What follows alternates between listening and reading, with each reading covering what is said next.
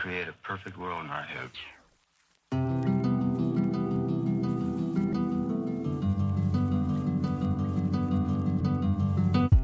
I think there's something about imperfection that should be celebrated. I think it's very beautiful. I think at the end of the day, like, striving for anything else, you're setting yourself up for failure. You're sucking the life out of something, and that doesn't inspire me to do better. It actually polarizes me.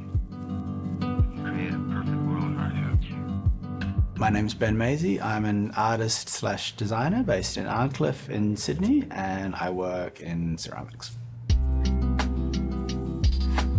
Leading up to having a practice, I, in my mid-20s, started working in fashion, and that was a trajectory that went maybe 13, 14 years or so. So I worked in London for a designer, and then I guess my main kind of heavy sort of career moment in terms of what the role was and the time it took, I was 7 years in Paris as design director at Kenzo, and then I was in Shanghai as sort of creative director for a Chinese brand. I wound that up in 2018 and was in Shanghai sort of for a year or so on the way back to this part of the world.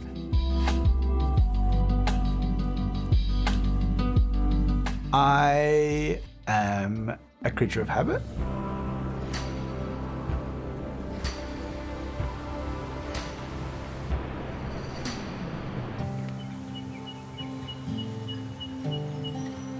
Most days we will drive to Tempe and get a coffee from the same place and go to the dog park. The other thing we do most days is drive to Malabar and just get in the ocean, generally the ocean pool, but just to like get in that water. But there's also something about like familiarity and routine. I kind of think is a bit like living with the same objects for 20 years. I find it really liberating.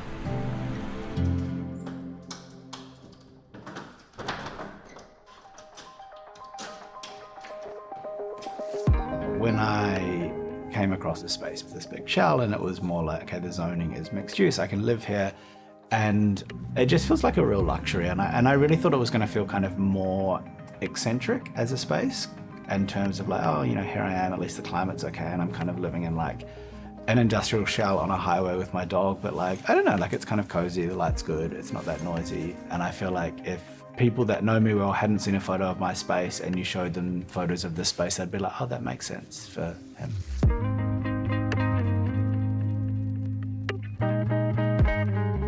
The plot summary of my practice actually starting to happen was, as a kid, I used to have this fantasy that you could go somewhere for like 3 months over like summer holidays or whatever, and you couldn't take any clothes.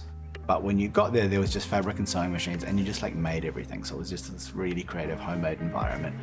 And then when the pandemic hit, on like day 2 of that, I was like, I'm just gonna pretend I'm on a residency. So literally went and bought art supplies and started making stuff for the space. So I was like, oh, I'm gonna make like some candle holders, and like literally out of like Fimo that you fire in the oven. And then it was like, started getting into it and started making stuff like that with no kind of aspirations for it to turn into something. But yeah, so the ceramics was kind of accidental, but what I do love about it, and I think how it started, is apart from the slab roller, it's literally just like a carving knife in my hands, which I find quite liberating and really nice, that kind of very, very naive simplicity of it.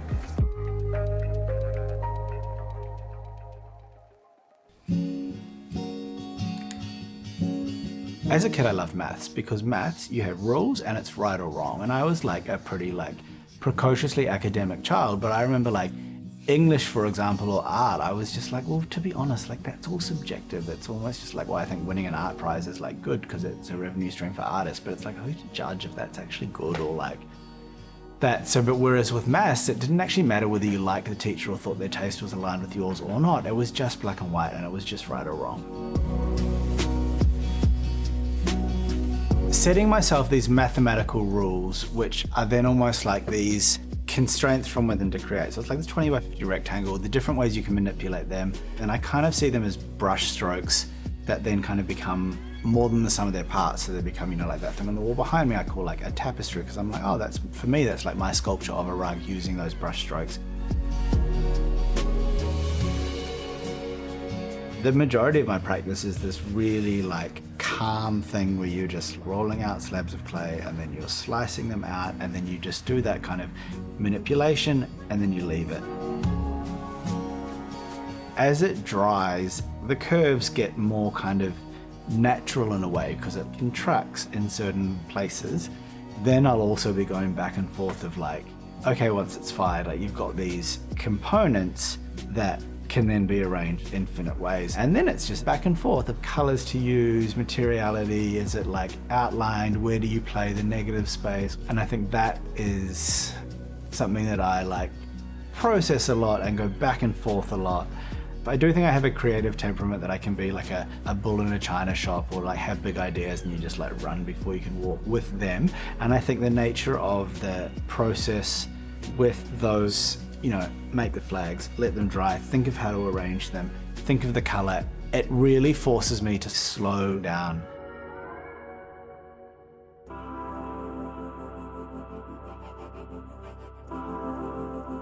I love my work because I think there's an authenticity to what I do, and it's a bit like my house. Like I see my work and I'm like, that makes sense that that came out of me for ways I can't even articulate. And I think there's a real, I also really, really enjoy my practice, and I really like get so much joy, however you want to say, like I put some kind of positive emotion from it. And I think somehow I've managed to kind of infuse some kind of like authentic part of myself into the making of it. And people might not see that, but like I feel that and I feel like it resonates. And yeah, I'm really proud of that.